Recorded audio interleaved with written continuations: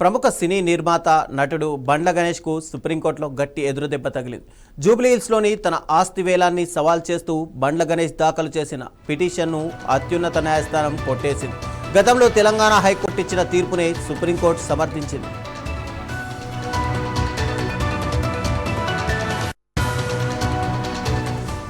శ్రీ పరమేశ్వర poultry farm limited తీసుకున్న రుణాలకు బండ్ల గణేష్ కుటుంబ సభ్యులు షూరిటీగా ఉన్నారు. అప్పుల వసూలులో భాగంగా సర్ఫేసీ చట్టం కింద 2002లో యూనియన్ బ్యాంక్ 8.51 కోట్లకు వేలం వేసింది. కంపెనీపై NCLTలో దావాల ప్రక్రియ నడుస్తున్నందున ఈ వేలం చెల్లదని బండ్ల గణేష్ వేసిన వాదనలను కోర్టు తోసిపుచ్చింది. బ్యాంకు వాదనలతో ఏకీభవించిన కోర్టు పిటిషన్ను కొట్టివేసింది.